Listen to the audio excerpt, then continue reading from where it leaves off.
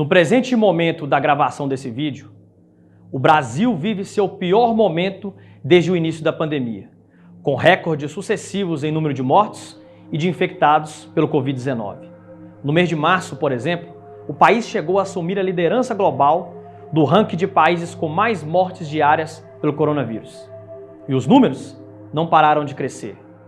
Em abril, as pesquisas apontaram a marca de mais de 13 milhões de infectados e mais de 360 mil mortos em todo o país.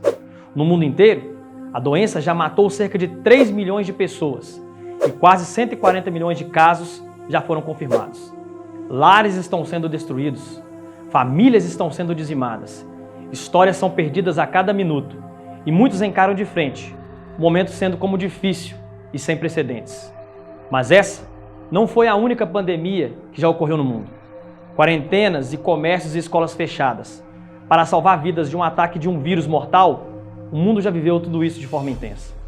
Na Primeira Guerra Mundial, a gripe espanhola, também conhecida como gripe de 1918, foi uma vasta e mortal pandemia do vírus influenza.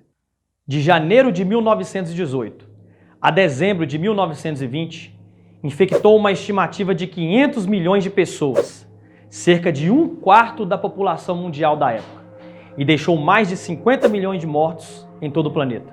E o que dizer da peste negra, a doença mais devastadora registrada na história humana, que no século XIV, entre os anos de 1343 a 1353, matou mais de 100 milhões de pessoas, contribuindo para uma redução populacional drástica em 1/3 em toda a Europa.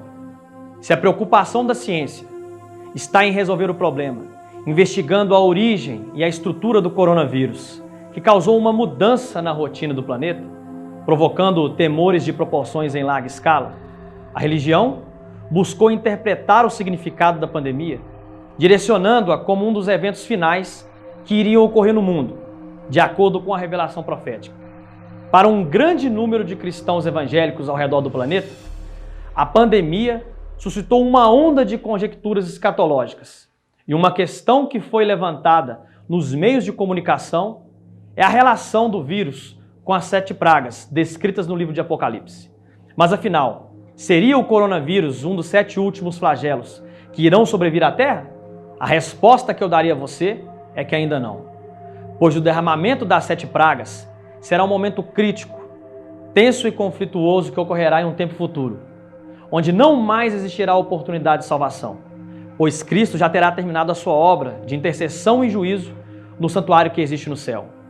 Em Apocalipse, capítulo 15, verso 1, o apóstolo João fez uma declaração com as seguintes palavras: Vi no céu outro sinal, grande e admirável, 7 anjos tendo os 7 últimos flagelos, pois com estes se consumou a cólera de Deus. As 7 pragas são os últimos juízos de Deus sobre uma humanidade que não quis se arrepender. Diferentemente, o coronavírus e outros vírus mortais são apenas um pequeno cálice que Deus tem deixado cair na terra em resposta ao grande desprezo que os homens têm dado à lei de Deus. Na primeira praga, os ímpios serão acometidos de úlceras malignas e perniciosas por todo o seu corpo. Na segunda e terceira pragas, os mares, os rios e as fontes das águas se tornarão em sangue. Na quarta, ao sol é dado o poder de queimar a pele dos homens. Na quinta, o trono da besta ficará em trevas. Assim como os falsos líderes religiosos levaram milhões ao engano, agora chegou o momento deles saberem o que é realmente estar em trevas. Na sexta, todo o apoio político que os líderes do catolicismo romano obtiveram serão retirados.